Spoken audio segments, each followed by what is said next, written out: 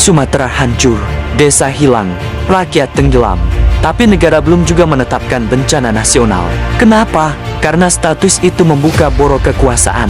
Bandingkan, izin proyek strategis nasional bisa terbit hanya dalam satu rapat. Tapi untuk menyelamatkan rakyat, negara pura-pura sibuk. PSN diproses kilat, secepat modal memesan.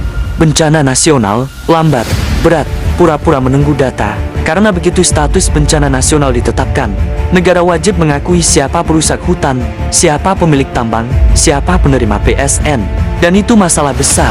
Para perusak itu adalah sponsor politik, donatur, dan kroni kekuasaan sendiri. Dalam logika negara promodal, PSN adalah prioritas. Rakyat hanya statistik.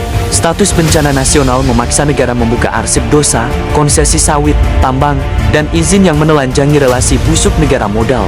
Itu sebabnya negara menunda. Mereka takut hari ketika publik bertanya, kenapa Sumatera rusak sebesar ini?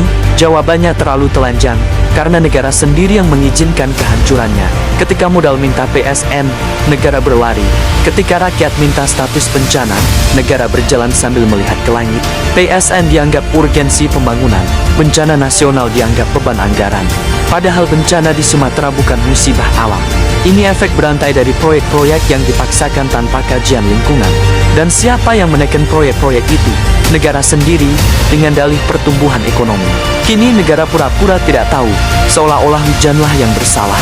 Seolah-olah tanah bergerak sendiri, padahal Sumatera sudah disobek, bukit dikuliti, hutan dibakar, sungai diacak-acakan PSN, tambang, dan kebijakan ekspansif. Menetapkan bencana nasional berarti negara harus mengakui, ya, ini ulah kebijakan kami, tapi itu berbahaya, karena membuka pintu pada tuntutan audit ekologi, tuntutan tanggung jawab, tuntutan penangkapan para pemilik PSN ragus. Maka negara memilih lamban, lebih aman menyalahkan cuaca dibanding mengakui persekutuan dengan modal.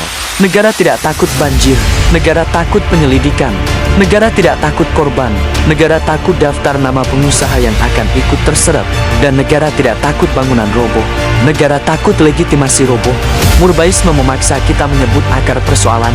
Ini bukan lambat karena birokrasi, tapi lambat karena kepentingan. Bencana nasional adalah musuh politik bagi negara promodal. PSN adalah sahabat dekat. Selama negara lebih cepat melayani modal daripada menyelamatkan rakyat, bencana tidak akan pernah nasional. Yang nasional hanyalah penderitaannya.